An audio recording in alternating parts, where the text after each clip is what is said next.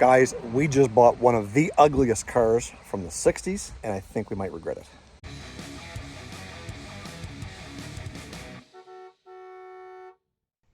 If you guys don't know who I am, my name is Jason, and I own and operate Olde Carr Auto Sales with my dad. And we buy and sell a lot of older vehicles.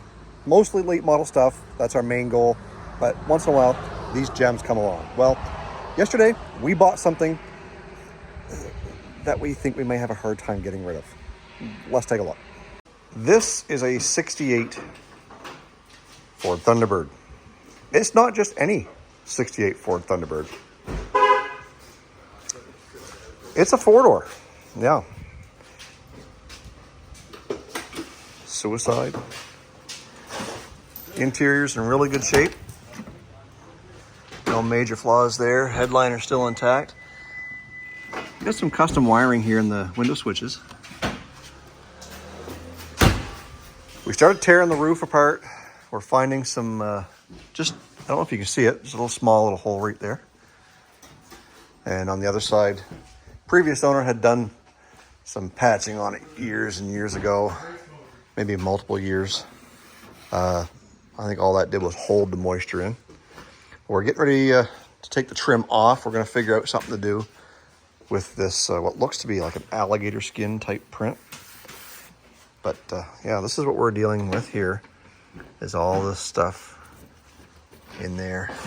Surprisingly, the deck lid back here is in really good shape. And the worst part of it, we've got a pinhole there. I'm sure we're going to find some stuff in here. This is all blistered up here. But in my opinion, I think the value on this thing is right there. That's a 429. A lot of people say the 428s were the more desirable. Nevertheless, big block Ford, 4-barrel carburetor. It's got the vacuum headlights that pop up when they come on. They work, at least, for now. They do when the car is running. And it's got the sequential taillights too. Those kind of work. We're going to get looking at those. And the paint is quite chalky. There is absolutely zero reflection in that. But if you come over here to this portion of the hood, you can tell where we've started doing some buffing on it. I think that paint is going to come back in really good form. From this to this, and once we get it outside, you'll be able to see it a little bit better. It does run and drive. Brakes, well, one of them work. And transmission fluid, it's leaking out pretty bad somewhere. We got to figure that out. It goes into gear once in a while. And we'll keep topping it up, getting some transmission fluid in that thing. But this is the next project car. We're going to be puttering away on it here right now, getting that roof fixed up. That's kind of the first detail. What do you think we should do with this thing? Like, yes, probably should never have bought it. But I think the money was right. We're going to get that roof looked after. We're going to do a tune-up on the engine, get that thing working good. We're going to fix the leak in the transmission, put some fresh fuel in it, maybe wheels and tires. Either way, we're going to get the paint cleaned up and get this thing in a sellable condition. We've got probably 2 or 3 months, maybe a little bit more than that of driving. So who knows? Maybe we get this thing in a condition where we can drive a little bit before the winter. Maybe even get it sold. Yes, this thing will be for sale. If you're interested in it just the way it is, my email address is in the description box down below. Make sure you send an email out to me. We are accepting offers right now. So unless Dad falls in love with it. Unless Dad falls in love with it like he did with the 50 Plymouth, and then we may end up having to figure something else out. But either way, if you're interested in this thing just the way it is, I'm going to flash up a video here right now I took yesterday when it was on the hoist of the underside.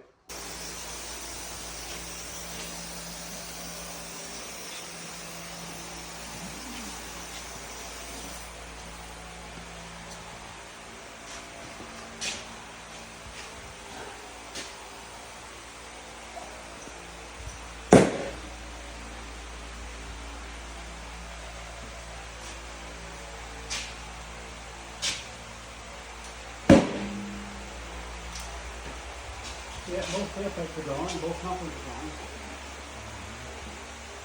Looks like it looks back there.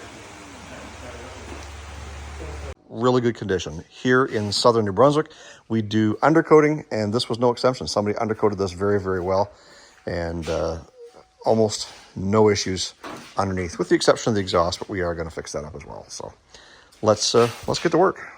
Another pinhole right there.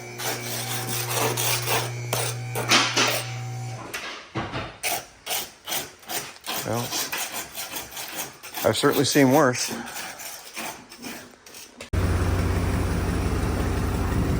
So it does run and drive most of the time. Sometimes it stops.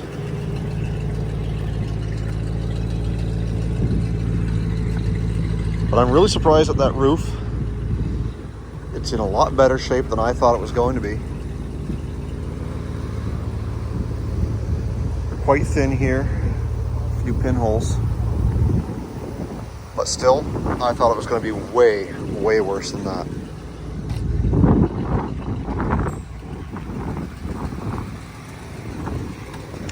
This is pretty rough here.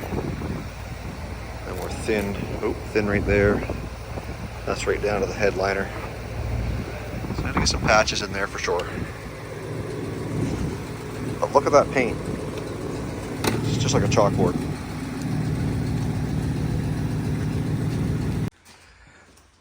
So the boys have been out back scraping down this roof, uncovering more and more holes.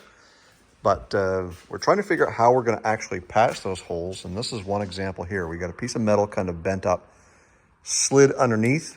We're using body panel adhesive to glue it in there, but we've got some self-tappers to hold it for now. After that's all done, we'll pull the self-tappers out. Once this actually gets filled in, we get all the holes fixed. And again, I'm surprised that this back panel is as good a shape as it is.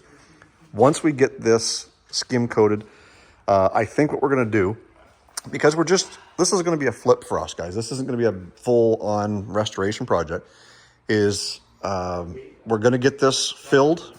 We're going to get it painted and probably some texture on it, like, you know, rock guard, spray on some rock guard, and then paint that black so that it looks like a vinyl roof, and it's prepping it and saving it for the next guy who wants to come in here and maybe put a full roof on it or do whatever he's going to do. But as it sits right now, you know, we've still got a lot of work up on this roof. This is the bulk of the work here. After that, tranny fix, tune up, look after the brakes, get this thing so that we can actually take it down the highway, make it pass an inspection. But in the meantime, this is where we're focusing our work on. You know, if things get a little bit slow, the boys can work on it. You know, the old man, he's a little bit semi-retired now. And so he can come up and he can kind of putter away at this as he wants. So if you guys want to see more on the kind of refurbishment or rebirth of this 1968 Ford Thunderbird, make sure you're following this channel, make sure you're subscribed, make sure you like this video, and we'll put more content out. We'll get, as the progress happens on it, we'll keep you guys updated. We'll talk about pricing and all that stuff as we go forward, and you'll know exactly how far we're going to go with it. I think when everything's all said and done, we're going to try and keep this car under 10 grand Canadian dollars as a selling point. That's the plan, but we don't know until we get in there and start working away at it. Go on down to the comment section down below. Tell me what you think. Do you think it was a worthy purchase? Do you think we're shooting ourselves in the foot? Do you think John and Fred were right in telling me, yeah, there's not much of a market for those things? Either way, would you buy it? Ugly is ugly, but guess what? Ugly is also cool in some cases. And we're going to try and prove that theory. Stay focused on the windshield, not the rearview mirror. I love you guys. God bless. We'll see you in the next video.